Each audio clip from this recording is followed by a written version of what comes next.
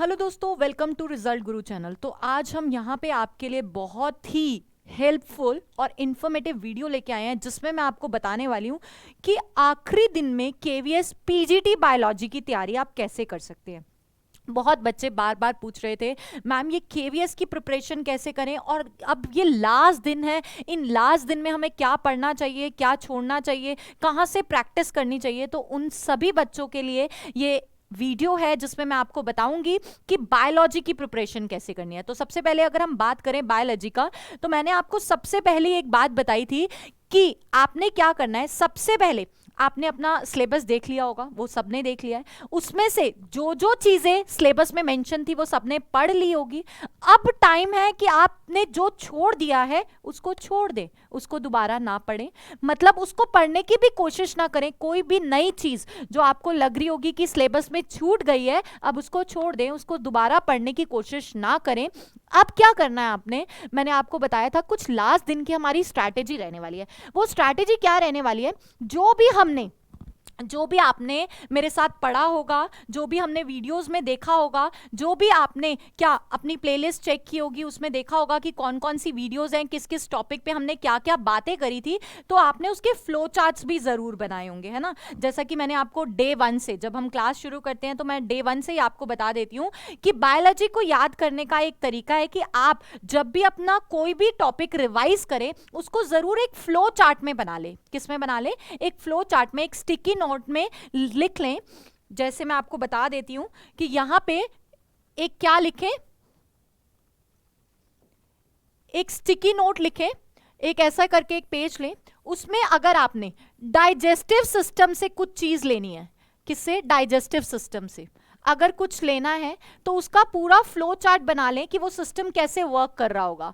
जैसे माउथ, यहीं पे माउथ के आगे लिख लें माउथ में आप क्या क्या चीजें पढ़ेंगे। जैसे बकल कैविटी पढ़ेंगे, और उस बकल कैविटी में आपने क्या क्या चीजें पढ़नी है वो आप यहीं पे ही लिख लें थोड़ा सा, ताकि आपको याद रहे। ठीक है, पहले आप पूरा सिस्टम पढ़ लें, माउथ, ईसोफेगस, स्टमक, पैंक्रियास, ऐसा करके पूरा एक सिस्टम पढ़ लें। उसके बाद एक दूसरा स्टिकी नोट लें और उसमें उससे एसोसिएटेड ग्लैंड्स के बारे में लिख लें। किसके बारे में लिख लें? ग्लैंड्स के। अब ये माउथ से शुरू हो कि माउथ में सबसे पहला ग्लैंड कौन सा आता है, तो आपका सलाइवरी ग्लैंड आता है।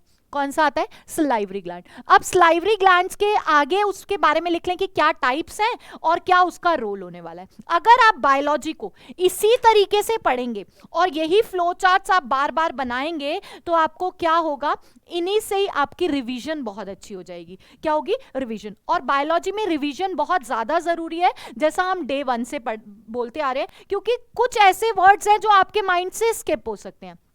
ठीक है, अगर हम बात करें कि क्या पढ़ना चाहिए इसमें से, तो पढ़ तो आपने सिलेबस का पूरा पार्ट लिया होगा, लेकिन एक इंपॉर्टेंट चीज जो मैं आपको बताना चाहती हूं, यहाँ पे प्रैक्टिस बहुत ज्यादा जरूरी है। प्रैक्टिस कैसे? उन क्वेश्चंस की जैसे क्वेश्चंस बनाए जाते हैं, फ्रेम किए जाते हैं इन टॉपिक से। अगर आपको टॉपिक्स आते हैं और अगर आपने क्या नहीं पढ़ा है, अगर आपको पता है इंटरस्टिशियल फ्लूइड भी कोई चीज होता है, इंटेस्टाइन से कोई फ्लूइड भी निकलता है, लेकिन आपसे वहां पे पूछा जाएगा सक्कस एंटेरिकस क्या होता है, तो अगर आपने इंटेस्टाइनल फ्लूइड को पढ़ा होगा, इंटेस्टाइनल जूसेस को पढ़ा होगा, तो आपको पता होगा सक्कस एंटेरिकस क्या होता है। तो मतलब कि वो वर्ड आपको याद रखना बहुत जरूरी है। किसके लिए? एग्जाम के लिए। इसीलिए आपको प्रैक्टिस करनी बहुत जरूरी है। किसकी? क्वेश्चंस की।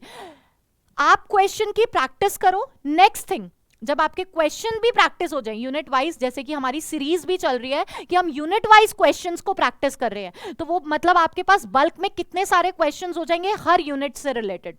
उसके बाद आप क्या करो, जब आपने हर यूनिट को रिवाइज कर लिया, हर यूनिट के क्वेश्चंस कर लिए, जैसा कि अभी हमने कौन सी यूनिट कर लिया, जैसे प्लांट फिजियोलॉजी के बारे में पढ़ लिया, हमने इवोल्यूशन के थोड़े से क्वेश्चंस कर लिए जितने आपके सिलेबस के लिए सफिशिएंट है। उसके बाद हमने कौन सा पार्ट किया? ह्यूमन फिजियोलॉजी का पार्ट किया, जिसमें डाइजेस्टिव वो थोड़ा बड़ा हो जाता है और वहां से ही मैक्सिमम क्वेश्चंस केवीएस में पूछे जाते हैं। तो जो टॉपिक इंपॉर्टेंट होने वाला है वो भी मैं आपको बता दूं कि ह्यूमन फिजियोलॉजी बहुत इंपॉर्टेंट है, जेनेटिक जेनेटिक्स एंड इवोल्यूशन बहुत इंपॉर्टेंट है, बायोटेक्नोलॉजी बहुत इंपॉर्टेंट है, और प्लांट फिजियोलॉजी का पार्ट भी बहुत इंपॉर्टेंट है। ये तो कुछ हो गए मेजर पार्ट्स जहां से क्वेश्चंस आपको मिलेंगे ही मिलेंगे। एक वीडियो बनाएंगे जिसमें मैं आपको बताऊंगी कि किस टॉपिक से कैसे कैसे क्वेश्चंस आते हैं। ये तो आपकी लास्ट डे की स्ट्रैटेजी होनी चाहिए कि क्या क्या चीजें आपको पढ़नी है। आपने रिवाइज किया हुआ होगा अगर सब कुछ, तो आपको क्वेश्चन पेपर अटेम्प्ट करने में कोई दिक्कत नहीं आएगी, ठीक है। और लास्ट बट नॉट लीस्ट, कौन सी चीज,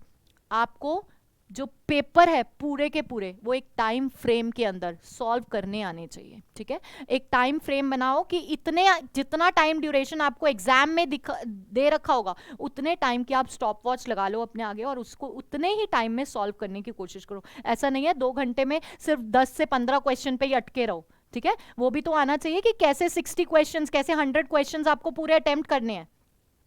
क्लियर है? तो ये होनी चाहिए आपकी किसकी स्ट्रैटेजी, आपके सब्जेक्ट की स्ट्रैटेजी, कि आप बायोलॉजी को कैसे पढ़ोगे। तो बायोलॉजी को पढ़ने के लिए मैंने आपको बोला है कि वो नोट्स निकाल लो, वो अपने स्टिकी नोट्स अगर अभी तक आपने नहीं बनाए हैं तो अब बनाना शुरू कर दो। 1 वीक के अंदर आपका पूरा का पूरा कोर्स, आपका पूरा का पूरा सिलेबस कंप्लीट हो सकता है अगर आप अपने नोट्स रिवाइज करो और छोटे छोटी जगह उनको लिख लो, ताकि जब आप हमेशा बायोलॉजी अपने हाथ से लिखोगे तो याद रहेगी। अगर वो आप फ्लो चार्ट या डायग्रामेटिकल रिप्रेजेंटेशन से कर रहे हैं तो वो बेस्ट होगा, क्योंकि कई बार डायग्राम्स आपके माइंड में विजुअल इंटरप्रिटेशन होती है किसी चीज की, वो आपके दिमाग में अच्छे से बैठ जाती है एज कंपेयर टू जो बहुत लंबी लंबी लाइंस लिखी हुई होती हैं, ठीक है। तो उसके लिए पढ़ने के लिए या तो आप फ्लो चार्ट बना लो या आप डायग्रामेटिकली रिप्रेजेंट कर लो उस टॉपिक को, ताकि क्या हो सके, आपको रिविजन के लिए आसानी हो सके, ठीक है। तो ये था हमारा क्या लास्ट के कुछ डेज की स्ट्रैटेजी आपकी यही रहेगी कि आप क्या करो, नोट्स को रिवाइज करो, उसको अपने हाथ से अपने तरीके से लिख लो और प्रैक्टिस शीट्स और मॉक टेस्ट को सॉल्व करो। अब नेक्स्ट वीडियो में हम क्या लेके आएंगे, नेक्स्ट वीडियो में मैं आपको बताऊंगी कि कौन कौन से टॉपिक्स इंपॉर्टेंट है और उन टॉपिक्स में से कैसे कैसे क्वेश्चंस कहां से बन सकते हैं, ठीक है। तो ऐसे ही कुछ इंफॉर्मेटिव वीडियोस देखने के लिए आप हमारे साथ जुड़े रहें रिजल्ट गुरु पर। Thank you.